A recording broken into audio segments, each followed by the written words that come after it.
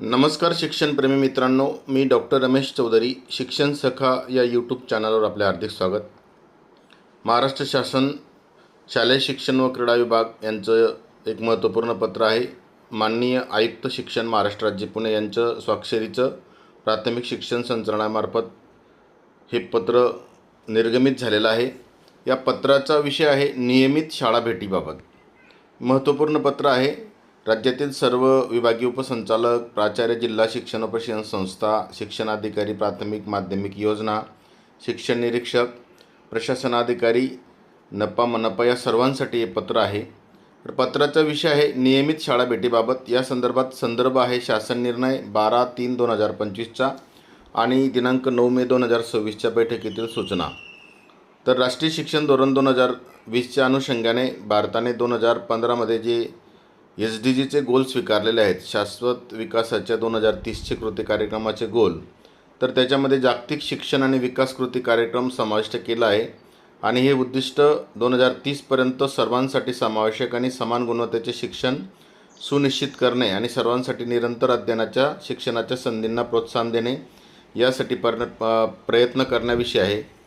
तर या उत्तुंग उद्दिष्टाकरता अध्ययनाला पाठिंबा देण्यासाठी आणि चालना देण्यासाठी संपूर्ण शिक्षण प्रणालीची नव्याने रचना करणे आवश्यक आहे.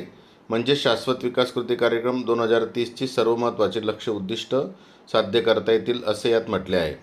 सर्वांसाठी गुणवत्तापूर्ण शिक्षण आणि निरंतर अध्ययनाच्या संधी जर उपलब्ध करून द्यायच्या असतील तर शिक्षण प्रक्रियेतील राज्यस्तरापासून तर शाळा स्तरापर्यंत सर्व घटक जे महत्त्वपूर्ण कार्यरत आहेत या सर्वांसाठी हे पत्र आहे. याच अनुषंगाने शासनाने विविध उपक्रम, प्रकल्प, योजना यांची अंमलबजावणी शाळा स्तरावर सुरू केलेली आहे.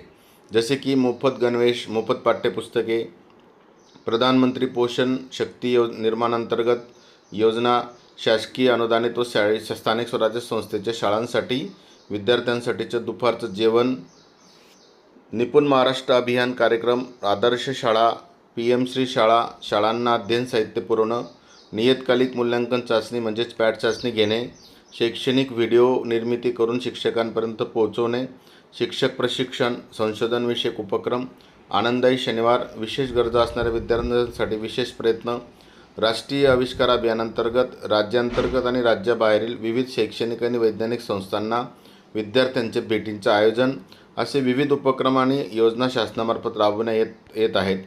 तर या उपक्रमांची प्रत्यक्ष अंमलबजावणी योग्य प्रकारे होते आहे किंवा कसे, अंमलबजावणीमध्ये कोणत्या उल्लेखनीय बाबी किंवा त्रुटी आढळून येत आहेत या अनुषंगाने सुधारणा, मार्गदर्शन, मदत उपलब्ध करून गुणवत्तापूर्ण शिक्षणाला चालना देण्याविषयी प्रभावी शाळा भेटी महत्त्वाच्या आहेत. म्हणून यावर्षी वरील नियमित उपक्रमाव्यतिरिक्त इयत्ता 2री, 3री, 4थी आणि 6वीसाठी नवीन पाठ्यपुस्तके आलेली आहेत. त्या अनुषंगाने शिक्षक प्रशिक्षणसुद्धा होणार आहे. या बाबींची यशस्वी अंमलबजावणी होण्यासाठी शाळा भेटी करणे महत्त्वाचे आहे. यास अनुसरून निर्देशन केलेले आहे की शाळा भेटी या शैक्षणिक भेट स्वरूपाच्या असाव्यात. म्हणजे शाळा भेट ही शैक्षणिक भेट असावी यात असं महत्त्वपूर्ण आहे. वार्षिक तपासणी किंवा विशेष उपक्रमाच्या ज्या भेटी असतात, जसं की स्नेहसंमेलन, विविध स्पर्धाच्या निमित्ताने भेटी किंवा चौकशीनिमित्त भेटी, परीक्षा काळातील भेटी, या व्यतिरिक्त या भेटी शैक्षणिक भेटी म्हणून असणार आहेत. तर UDAS+मध्ये शाळा भेटी नोंदवण्याची सुविधा उपलब्ध आहे. सन 2025-26मध्ये राज्यभरात फक्त 11,532 शाळा भेटी झाल्याची नोंद आहे. सदरचं प्रमाण अतिशय कमी आहे. म्हणून शैक्षणिक वर्ष 2026-27मध्ये राज्यातील विविध स्तरावरील अधिकारी यांना शैक्षणिक भेटीचं उद्दिष्ट देण्यात येत आहे. तर या पत्रामध्ये संबंधित सर्व अधिकाऱ्यांसाठी शाळा भेटीचं उद्दिष्ट दिलेलं आहे. जसं राज्यस्तरीय अधिकारी जे असतील त्यांना दर 15 दिवसातून किमान 2 शाळा भेटी देणं आवश्यक आहे. तर राज्यस्तरीय अधिकाऱ्यांमध्ये सर्व संचालक, सहसंचालक, उपसंचालक, जे राज्यस्तरावरच्या संस्थांमध्ये कार्यरत अशा सर्व अधिकाऱ्यांसाठी दर 15 दिवसातून किमान 2 शाळा भेटी आवश्यक आहेत. विभागस्तरीय अधिकारी जे आहेत की शिक्षण उपसंचालक विभागस्तरीय जे असतील त्या विभागस्तरावर कार्यरत असणारे सहाय्यक संचालक किंवा विभागस्तरावरचे जे अधिकारी असतील स्वतः उपसंचालक यांना दर आठवड्याला किमान 2 शाळा भेटी करणं यात उद्दिष्ट दिलेलं आहे.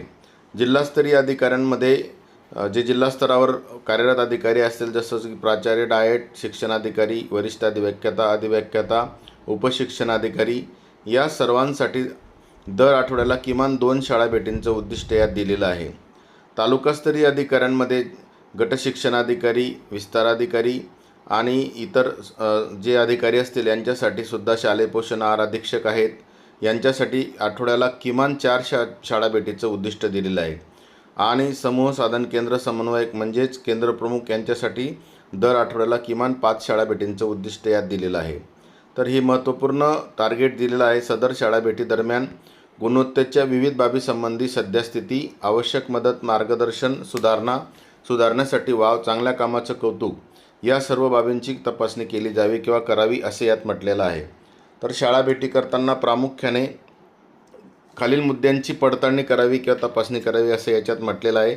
जसे की शिक्षक आणि विद्यार्थी उपस्थितीचं प्रमाण, शाळा परिसर स्वच्छता आणि विद्यार्थ्यांची वैयक्तिक स्वच्छता, जसं गणवेश स्वच्छता असेल, नखे असतील किंवा अन्य केस वगैरे या बाबींची स्वच्छतासुद्धा पाहणं आवश्यक आहे.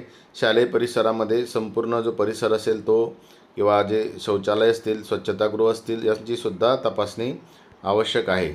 यात महत्त्वपूर्ण गोष्ट म्हणजे शैक्षणिक भेट आहे म्हणून वर्ग अध्यापन निरीक्षण म्हणजे किमान एका वर्गाचं वर्ग अध्यापन एका तासिकेचं संबंधित भेट देणाऱ्या अधिकाऱ्याला करावं लागणार आहे आणि त्याची नोंदसुद्धा करावी लागणार आहे.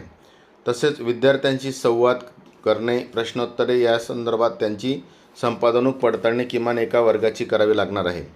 निपुण महाराष्ट्र अभियानांतर्गत विद्यार्थ्यांची संपादनूक तपासणीचं कामसुद्धा या काळात करावं लागणार आहे. तर या ठिकाणी रँडमली काही विद्यार्थ्यांची निपुण महाराष्ट्र अभियानांतर्गत विद्यार्थी संपादनूकची तपासणी करणं गरजेचं आहे. त्यानंतर आनंददायी शनिवारची उपक्रमाची जी अंमलबजावणी आहे ती प्रभावी होते आहे किंवा नाही ते पाहणे, योग्य ती मदत आणि मार्गदर्शन करणं हे सुद्धा आवश्यक आहे. विविध स्पर्धा परीक्षा जसं की इयत्ता 4थी आणि 7वीला या शैक्षणिक वर्षापासून शिष्यवृत्ती परीक्षा सुरू झालेल्या आहे. त्यामुळे या स्पर्धा परीक्षा असतील किंवा नवोदय विद्यालय स्पर्धा परीक्षा असेल किंवा NMMS परीक्षा असेल तर त्या शाळेत लागू असलेल्या स्पर्धा परीक्षांच्या तयारी संदर्भातचं कामकाजसुद्धा पाहणं आवश्यक आहे. डॉक्टर जयंत नारळीकर गणित व विज्ञान अध्ययन समृद्धी कार्यक्रमाची अंमलबजावणी हे सुद्धा पाहणं गरजेचं आहे की हा कार्यक्रम मागील काळापासून खान अकॅडमीमार्फत मोफतरित्या शाळांमध्ये दिला जातो आहे आणि त्याचा वापर होतो आहे किंवा नाही ते पाहणं गरजेचं आहे. गणितसाठी इयत्ता 1ली ते 10वीसाठी आणि विज्ञानसाठी 6वी ते 10वीसाठी हा कार्यक्रम आहे. अतिशय चांगले व्हिडिओज आणि अतिशय चांगल्या ॲपच्या माध्यमातून हे शिक्षकांसाठी सपोर्टिंग आहे. विद्यार्थ्यांना शिकण्यासाठी चांगले दर्जेदार असं गुणवत्तापूर्ण साहित्य आहे. त्यानंतर PM पोषण आहारमध्ये मेनू कुठला आहे, मेनू दिलेल्या याच्यानुसार नियोजनानुसार आहे किंवा नाही, त्याच्या आहाराची चव आणि त्या संदर्भातली स्वच्छतासुद्धा पाहणं आवश्यक आहे. शाळेत उपलब्ध विविध शैक्षणिक साहित्य त्याच्यामध्ये ज्या काही भाषा पेटी असतील, गणित पेटी असेल किंवा डिजिटल असतील किंवा काही किट असतील किंवा लॅब असेल त्यांचा वापर होतो आहे की नाही हे सुद्धा पाहणं महत्त्वाचं ठरणार आहे. शाळेत घेतले जाणारे खेळ आणि त्याबाबतची तयारी या संदर्भातसुद्धा निरीक्षण करून ते नोंदवायचं आहे. नंतर विद्यार्थी सुरक्षेसंदर्भात ज्या उपाययोजना आहेत ते माननीय सुप्रीम कोर्टाच्या निर्देशानुसार विद्यार्थी सुरक्षेसंदर्भात जे निर्देश दिले त्यानुसार उपाययोजना होत आहेत किंवा नाही ते पाहणं गरजेचं आहे. या मुद्द्यांच्या अनुषंगाने सर्वसाधारण अभिप्रायसुद्धा शाळेच्या संदर्भात द्यायचा आहे, ज्यामध्ये शाळेत आढळलेल्या उल्लेखनीय बाबी, शाळेत आढळलेल्या त्रुटी आणि सूचना यांचा समावेश करण्यात आलेला आहे. तर सर्व शाळा भेटीचा संबंधित अहवाल सरळ प्रणालीवर अपलोड करणे हे सुद्धा महत्त्वपूर्ण काम यात दिलेलं आहे. तर सन 2026-27मध्ये राज्यस्तरीय ते तालुकास्तरीय अधिकारी यांना नियमितपणे शैक्षणिक शाळा भेटी कराव्यात आणि शाळा भेटीचा उपरोक्त नमूद मुद्देनिहाय अहवाल सरळ प्रणालीवर सादर करावा, जेणेकरून राज्याला कळेल की कुठल्या शाळेमध्ये कुठल्या प्रकारचे काम सुरू आहे किंवा काय अडचणी आहेत. तर अशा प्रकारे राज्य, विभाग, जिल्हा आणि तालुका स्तरावरील अधिकाऱ्यांनी आपल्याला दिलेल्या नियोजनानुसार तेवढ्या शाळा भेटी करून सरळ प्रणालीवर नोंदणे या संदर्भातले हे पत्र आहे. माननीय आयुक्त शिक्षण सचिंद्र प्रताप सिंह यांच्या डिजिटल स्वाक्षरीचं हे पत्र आहे आणि हे पत्र सर्व राज्याच्या संचालकांनासुद्धा दिलेलं आहे. तर अतिशय चांगलं पत्र आहे. या दृष्टीने शाळा भेटी नियमित होतील आणि शाळांमधल्या ज्या काही चांगल्या गोष्टी असतील किंवा काही त्रुटी असतील त्यासुद्धा दूर करण्यासाठी सर्व अधिकाऱ्यांचा सहभाग आणि सपोर्ट मिळेल. निश्चितच या दृष्टीने सर्वजण काम करूया. आपल्या सर्वांना शुभेच्छा. आपण आतापर्यंत व्हिडिओ पाहिला असेल आणि आपल्याला व्हिडिओ आवडला असेल तर लाईक करा, कमेंट करा आणि चॅनलला सबस्क्राईब करा. आतापर्यंत आपण व्हिडिओ पाहिला त्याबद्दल आपले धन्यवाद.